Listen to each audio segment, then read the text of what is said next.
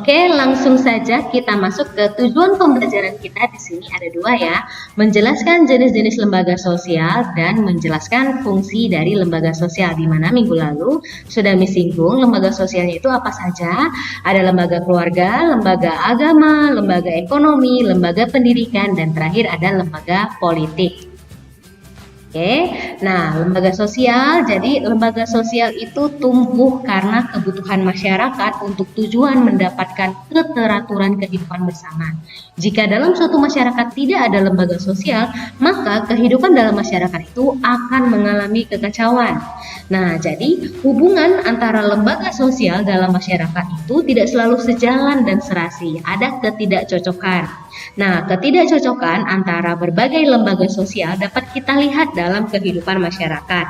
Ya, jadi anak-anak semuanya, lembaga sosial itu karena masyarakat Indonesia itu yang heterogen, itu jadi terdapat berbagai jenis lembaga sosial di mana satu sama lainnya itu saling berhubungan dan saling melengkapi dalam memenuhi kebutuhan masyarakat. Ya, ketidakcocokan seperti apa yang bisa kita lihat? Misalnya nih, kebiasaan merokok. Norma dalam lembaga kesehatan itu menekankan untuk menghindari kebiasaan merokok karena berdampak pada masalah kesehatan. Nah, berbeda dengan lembaga ekonomi yang justru menekankan norma yang berbeda. Berkembangnya industri rokok berarti akan berdampak pada keluasan lapangan kerja, peningkatan penerimaan pajak oleh negara, dan pembangunan sekolah serta rumah sakit oleh pemerintah sebagai konsekuensi dari pajak yang diterima. Hal itu tentu saja terjadi karena lembaga sosial bukanlah suatu hal yang tetap atau langgeng, melainkan akan berubah sesuai dengan bertambahnya kebutuhan masyarakat. Ya, jadi dalam pemenuhan kebutuhan masyarakat itu diperlukan suatu lembaga yang mengatur pemenuhan berbagai jenis kebutuhan kita. Kalau misalnya nggak ada, makanya itu kehidupan kita itu akan sulit terkendali dan akan timbul kekacauan.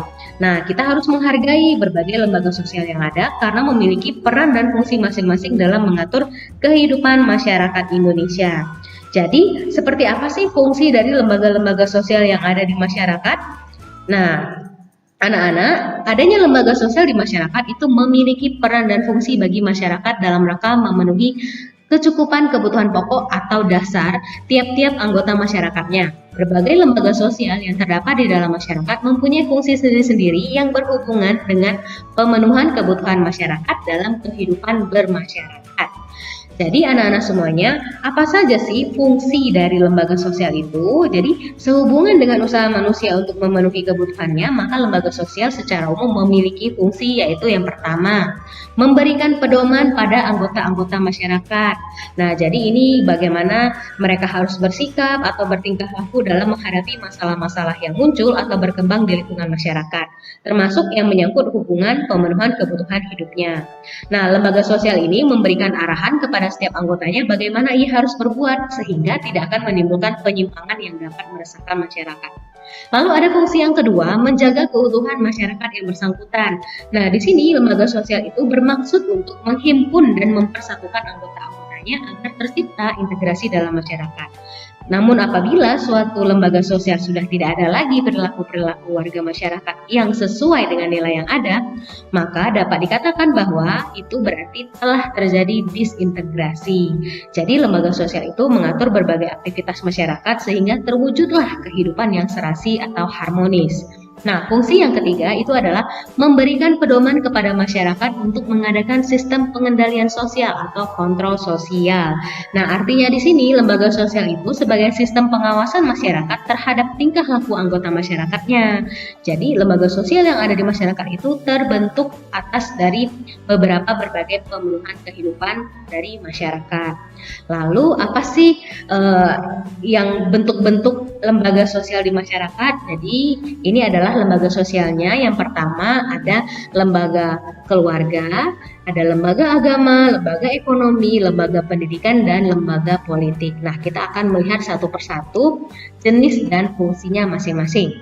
Yang pertama ada keluarga. Jadi, keluarga ini merupakan unit sosial yang terkecil dalam masyarakat yang terdiri dari ayah, ibu, dan anaknya. Anak-anak inilah yang nantinya akan berkembang dan mulai bisa melihat dan mengenal arti diri sendiri dan kemudian ia mulai dikenal sebagai individu. Nah, keluarga terbentuk dari sebuah perkawinan yang sah menurut agama, adat, dan pemerintah. Dalam keluarga diatur hubungan antar anggota keluarga sehingga tiap anggota mempunyai peran dan fungsi yang jelas. Misalnya, ayah sebagai orang yang mencari nafkah, ibu yang mengurus dan membantu di rumah tangga, di kehidupan sehari-hari, lalu anak yang tugasnya itu adalah sekolah dan menyayangi kedua orang tuanya. Jadi peran dan fungsinya itu jelas masing-masingnya. Oke, nah kita lihat fungsi dari lembaga keluarga. Yang pertama ada fungsi reproduksi. Jadi dengan adanya keluarga itu dari sebuah pernikahan diharapkan akan memberikan keturunan. Lalu yang kedua ada fungsi proteksi atau perlindungan. Jadi dalam keluarga itu akan memberikan perlindungan kepada anggota keluarganya, baik perlindungan fisik maupun perlindungan kejiwaan. Yang ketiga ada fungsi ekonomi. Jadi kedua orang tua itu memiliki tanggung jawab ekonomi terhadap anak-anaknya. Dan yang keempat ada fungsi sosialisasi, yaitu keluarga berperan membentuk kepribadian anak agar sesuai dengan harapan orang tua dan masyarakat. Selanjutnya, yang kelima ada fungsi afeksi. Keluarga memberikan kasih sayang dan perhatian pada anak-anaknya. Yang keenam, fungsi pengawasan sosial. Setiap anggota keluarga pada dasarnya saling kontrol atau saling mengawasi karena memiliki tanggung jawab dalam menjaga nama baik keluarga. Dan yang terakhir ada fungsi pemberian status, yaitu melalui lembaga keluarga seseorang akan mendapatkan status atau kedudukan yang baru di masyarakat. Baik, anak-anak semuanya, kita masuk ke lembaga agama. Lembaga agama adalah sistem keyakinan dan praktek keagamaan dalam masyarakat yang telah dirumuskan dan dibakukan. Agama menjadi pelopor dalam menciptakan tertib sosial pada masyarakat. Nah, jadi apapun agamanya, jadi akan tercipta suatu hubungan atau suatu pola kehidupan yang harmonis antar sesama umat beragama. Nah, sedangkan fungsi dari lembaga agama itu yang pertama sebagai pedoman hidup bagi manusia, yang kedua sebagai sumber kebenaran, yang ketiga pengatur tata cara hubungan manusia dengan manusia dan manusia dengan Tuhannya, yang keempat tuntunan prinsip benar dan salah untuk menghindari perilaku menyimpang, dan yang terakhir pedoman pengungkapan perasaan kebersamaan di dalam agama untuk berbuat baik terhadap sesama. Jadi apapun agamanya tentu mengajarkan kepada kebaikan. Oke. Nah, selanjutnya kita akan masuk ke lembaga ekonomi. Lembaga ekonomi ini adalah lembaga yang mengatur tata hubungan antar manusia dalam pemenuhan kebutuhan hidup sehari-hari. Lembaga ekonomi bertujuan mengatur bidang-bidang ekonomi dalam rangka mencapai kehidupan yang sejahtera dan terpenuhinya kebutuhan masyarakat. Sedangkan fungsi lembaga ekonomi yang pertama memberi pedoman untuk mendapatkan bahan pangan, pedoman untuk melakukan pertukaran barang atau jasa, pedoman tentang harga jual beli barang, pedoman untuk menggunakan tenaga kerja, dan terakhir pedoman untuk cara pengupahan dan pemutusan hubungan kerja. Ini adalah fungsi dari lembaga ekonomi. Selanjutnya kita akan masuk ke lembaga pendidikan. Lembaga atau tempat berlangsungnya proses pendidikan yang dilakukan dengan tujuan untuk mengubah tingkah laku individu ke arah yang lebih baik melalui interaksi dengan lingkungan sekitar. Nah, lembaga pendidikan ini terbagi menjadi 3, yaitu lembaga pendidikan formal atau sekolah, lembaga pendidikan non formal, itu ada kursus, pelatihan, les, dan lain-lain. Lalu selanjutnya lembaga pendidikan informal, yaitu di keluarga. Nah, fungsi lembaga pendidikan yang pertama ada fungsi manifest. Yang pertama itu mempersiapkan anggota masyarakat untuk mencari nafkah. Yang kedua, mengembangkan bakat perseorangan demi kepuasan pribadi dan masyarakat. Yang ketiga, melestarikan kebudayaan masyarakat. Yang keempat, menanamkan keterampilan yang perlu bagi partisipasi dalam demokrasi. Nah, sedangkan fungsi laten itu yang pertama mengurangi pengendalian orang tua, mempertahankan sistem kelas sosial, dan yang ketiga memperpanjang masa remaja. Nah, ini adalah fungsi dari lembaga pendidikan. Oke. Nah, apa sih fungsi laten? Lalu tadi ada fungsi manifest tuh apa sih bedanya? Jadi kalau misalnya fungsi laten itu berarti fungsi yang tidak disadari dari lembaga pendidikan. Kalau fungsi manifest berarti fungsi yang nyata dalam lembaga pendidikan. Baik, kita lanjut ke lembaga politik. Jadi, suatu lembaga yang mengatur pelaksanaan dan wewenang yang menyangkut kepentingan masyarakat agar tercapai suatu keteraturan dan tata tertib kehidupan bermasyarakat.